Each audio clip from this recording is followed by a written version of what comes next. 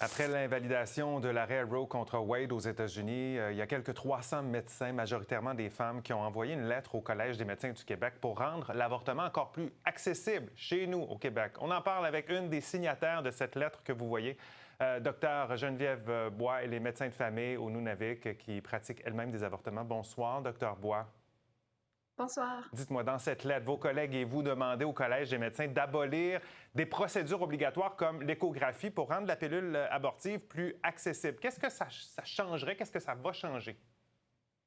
Exactement. Donc, il y a 3 grandes demandes qui sont dans la lettre: d'abolir l'échographie de datation obligatoire, mais aussi d'abolir les lignes directrices spécifiques au Québec qu'on a, et finalement la formation obligatoire qui est demandée aux médecins qui veulent prescrire la pilule abortive.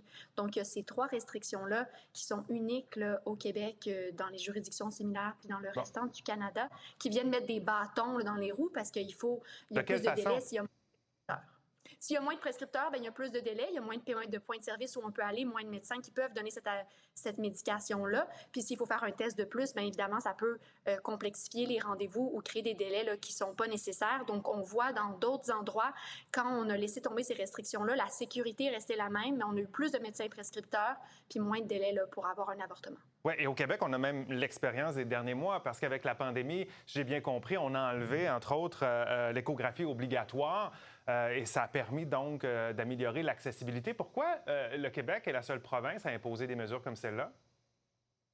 Je ne suis pas certaine pourquoi le Québec est la seule province à avoir ces mesures-là, puis je pense que ça serait temps de les abandonner.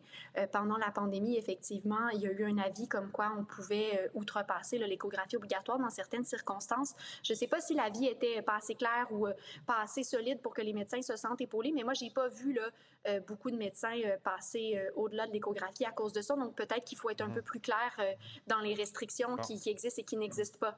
En terminant, de son côté, le Collège des médecins semble d'avis que l'assouplissement annoncé en contexte de pandémie dont je parlais devrait être pérennisé et dit vouloir officialiser son positionnement face à cette pilule d'ici la fin de l'été. Est-ce que vous êtes confiante que ces mesures soient abolies définitivement?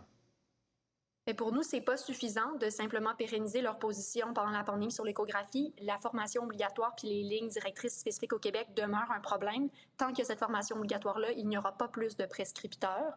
Et puis l'échographie, la position pendant la pandémie était de toute évidence pas assez claire là, pour que les médecins aillent au-delà de ça. Donc on pense qu'il faut aller plus loin. On espère que ça va venir rapidement. Merci beaucoup, Dr Bois, d'avoir été avec nous. Bien sûr, on va suivre le dossier. On nous dit du côté du Collège des médecins à la fin de l'été. Merci beaucoup.